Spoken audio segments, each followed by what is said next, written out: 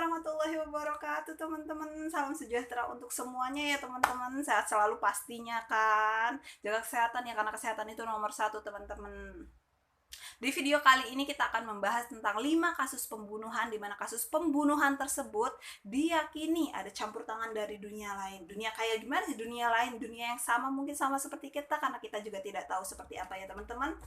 Tapi sebelum kita lanjutin kisahnya, jangan lupa like, komen, share, nyalakan loncengnya, dan klik subscribe-nya ya teman-teman. Tapi sebelum kita lanjut untuk membacakan kisah-kisah yang nanti akan aku ceritakan teman-teman, apa sih yang ada dalam pikiran kalian itu, atau yang terbersit dalam pikiran kalian ketika aku ngomong kata-kata pembunuh? Mungkin ya, kalau dalam pikiran aku sih, mungkin kejam, jahat, atau sadis mungkin ya teman-teman, karena dia tega mengakhiri hidup seseorang secara kejam mungkin ya. Atau mungkin pembunuhan adalah salah satu kejahatan besar yang tidak bisa dimaafkan ya teman-teman. Mungkin masih banyak lagi lah ya intinya, karena nggak bisa aku ucapkan satu persatu karena memang pemikiran orang lain dan kita itu berbeda-beda ya teman-teman. Untuk yang bakal aku ceritain sekarang ini, atau 5 kisah yang akan aku ceritain kali ini, dia itu ada kemungkinan ada campur tangan dari dunia lain teman, atau dunia magic, atau dunia gimana gitulah teman-teman. Kita lanjut ceritanya ya. Yang pertama itu adalah pembunuhan 3 bersaudara di Malaysia teman-teman. Kejadian ini ada di Malaysia teman-teman. Korbannya itu ada 3. Yang pertama itu Nur Syafiqah Nadia Rusdi 14 tahun, yang kedua Nur Izati Husnat 12 tahun, dan yang terakhir itu Putri Nurul Akma 3 tahun teman-teman. Mereka ini kakak beradik kandung teman-teman. Nah, setelah polisi menemukan ketiga mayat korban tersebut di sawah terlantar Senibong, teman-teman, polisi tidak bisa menjadikan seseorang itu menjadi tersangka, teman-teman, karena memang tidak ada bukti yang akurat sehingga polisi tidak bisa menemukan tersangka, teman-teman.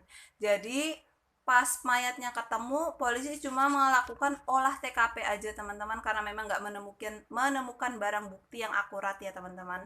Namun, pada malam ketiga tersebut, ayah dari ketiga korban tersebut mengalami mimpi buruk, teman-teman. Bukan mimpi buruk juga sih, kayaknya mimpi baik lah ya teman-teman, karena mimpi buruk beda banget ceritanya. Kalau ini mungkin mimpi baik karena dia ini memimpikan putri sulungnya, teman-teman. Putri sulungnya yang bernama Nur Syafiqah Nadia Rusdi ini hadir dalam mimpinya. Dia menceritakan atau tidak menceritakan bahwa dia ini mengucapkan kata-kata ihsan, dan ihsan, teman-teman.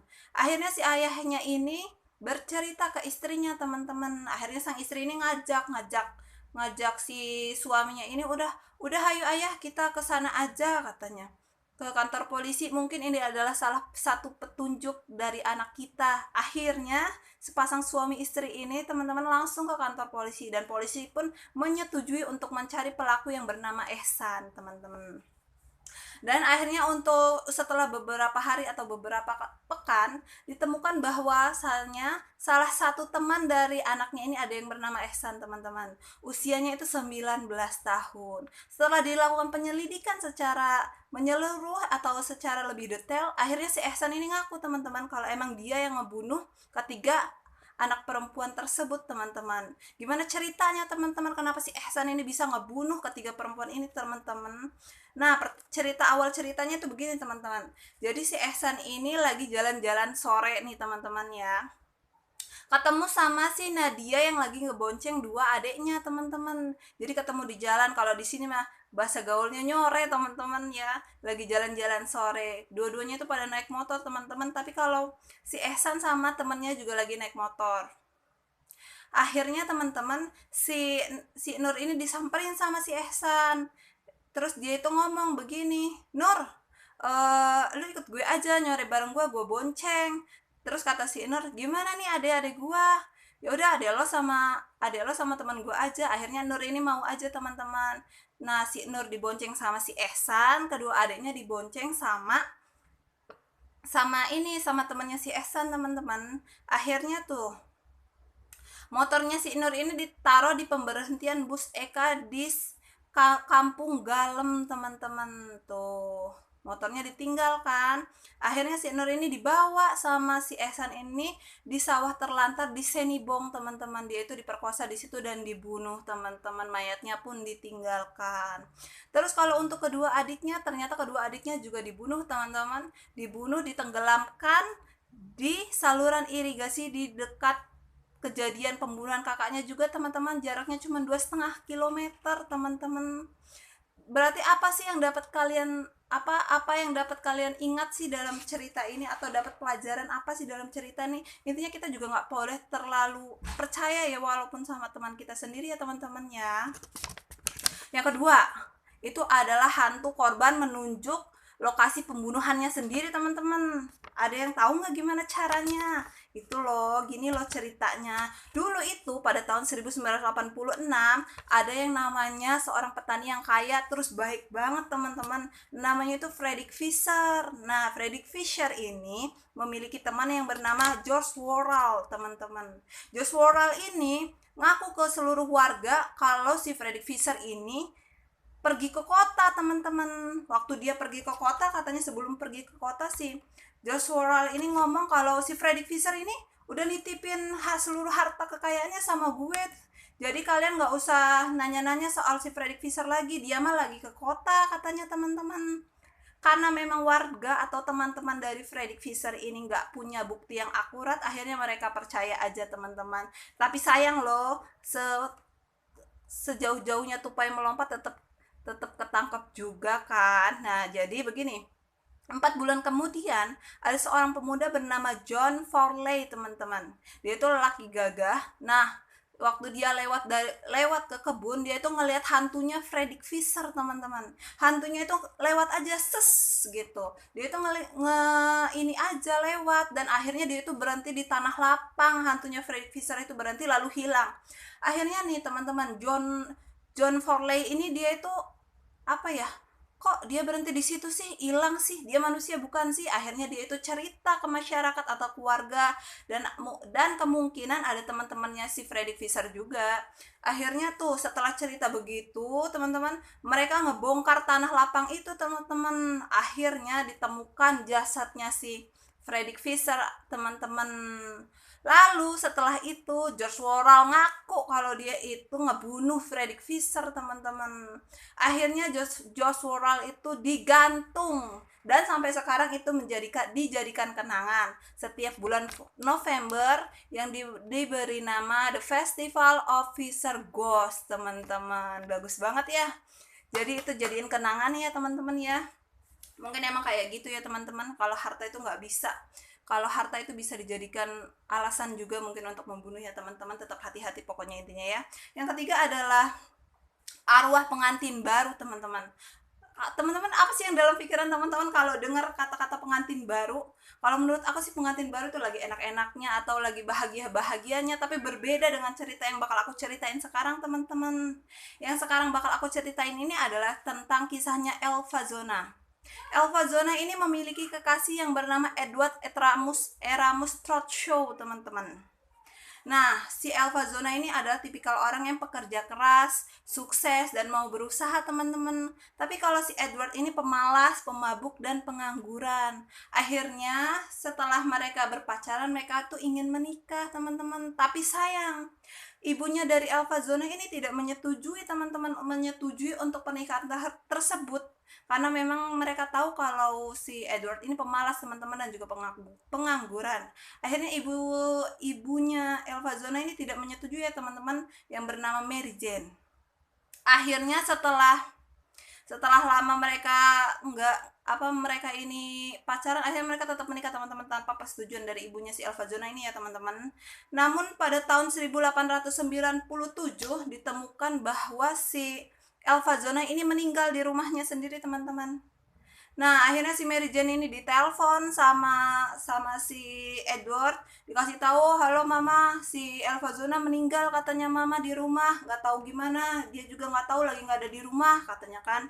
Datanglah si Mary Jane ini, teman-teman, ke rumahnya si Elva Zona. Ibunya si Elva Zona ini datang, dia mau ngelihat mayat putrinya, tapi nggak boleh sama si Edward, teman-teman. Peti mayatnya putrinya itu selalu ditutup-tutupi atau dihalang-halangi agar si Mary Jane itu nggak bisa ngeliat. Oke lah, karena si Mary Jane ini nggak mau ada keributan dalam acara pemakaman putrinya, akhirnya dia setuju aja untuk nggak ngeliat mayat putrinya untuk yang terakhirnya teman-teman.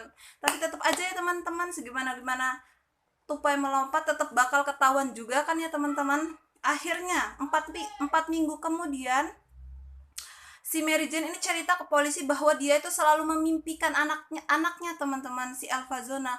Elva Zona itu menceritakan bagaimana kekejaman menantunya, katanya itu yang selalu memukuli aku sampai leher aku patah dan meninggal. Diceritakanlah ke polisi dan akhirnya polisi itu setuju teman-teman untuk ngelakuin otopsi.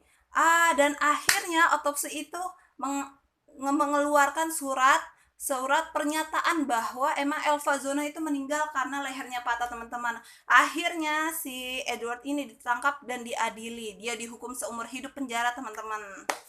Begitu ya teman-teman cara-cara orang untuk mendapatkan keadilan teman-teman. Walaupun udah meninggal tetap aja dia bagaimana caranya biar dia itu dapat keadilan teman-teman. Yang keempat adalah bisikan nama pembunuh di telinga ibu teman-teman.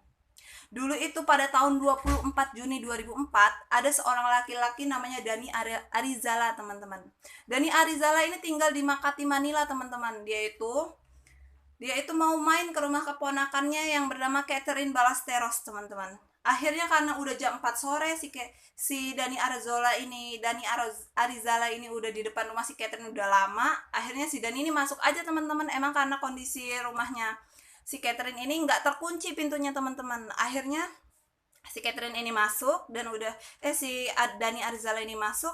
Betapa kagetnya dia teman-teman, dia ngetahuin baru dia ngeliat dengan mata kepalanya sendiri teman-teman kalau si Catherine itu udah meninggal di atas tempat tidurnya sendiri teman-teman.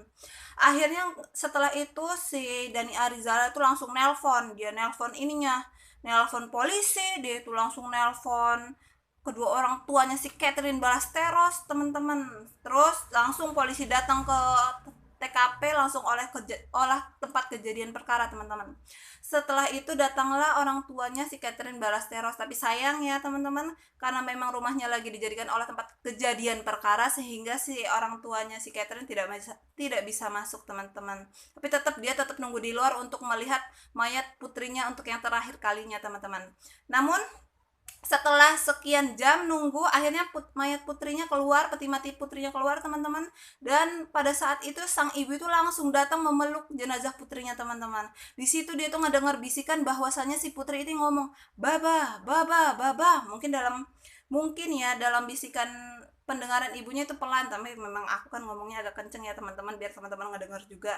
Nah akhirnya si ibu ini bercerita ke polisi kalau dia tuh ngedenger si anaknya yang udah meninggal ini teman-teman. Dia ngomong kalau si ibunya ini ngomong si Catherine ini katanya bisikin saya itu teman-teman baba dan baba. Akhirnya diomongin lah ke polisi nanya emang baba itu siapa. Baba itu kekasih dari Catherine Ballesteros teman-teman. Ternyata setelah diselidiki lebih lanjut, ternyata baba itu yang ngebunuh Catherine teman-teman. Begitulah caranya dunia lain ngasih tahu kita. Tetap aja teman-teman dia juga pengen mendapatkan keadilan.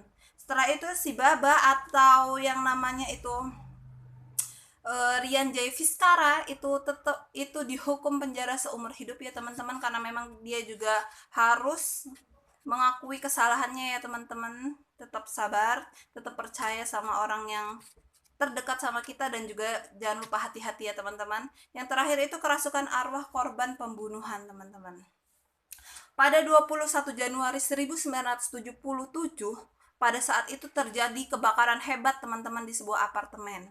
Nah, petugas kebakaran itu tidak bisa menyelamatkan salah satu korban yang seorang terapis pernapasan yang bekerja di rumah sakit berusia 47 tahun yang bernama Teresita Basas teman-teman.